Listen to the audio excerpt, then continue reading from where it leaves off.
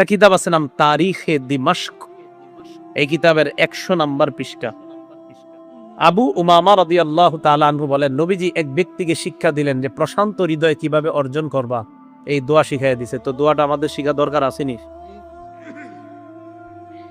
আগে আরবিটা শিখেন, আরবিটা মনে না রাখলে বাংলাটা বাস বলেন। আল্লাহুম্মা ইন্নী আসআলুকা নাফসাম বিকা মুতমাইন্নাহ তুমিনু বিলিকাইক ওয়া তারদা বিকাযাইক ওয়া তাকনাউ বিআতাইক।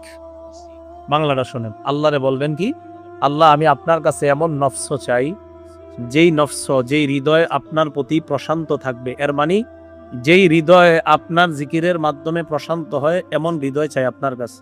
মাবুদ, যেই হৃদয়ের 3টা গুণ হবে। 1 নাম্বার তুকমিনু বিলিকাইক, যেই হৃদয় আপনার সাক্ষাতে বিশ্বাসী হবে।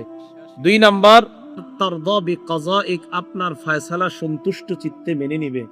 3 নাম্বার তাকনাউ বিআতাইক, যে হৃদয় আপনি যা দান করেন, এই দান যা দিবেন আপনি আমার খাদ্য হিসাবে, এটাই স্বতঃস্ফূর্তভাবে অল্পে তুষ্টিতে সে সন্তুষ্ট থাকে, এমন একটা প্রশান্ত হৃদয় আপনি আমাকে দান করেন।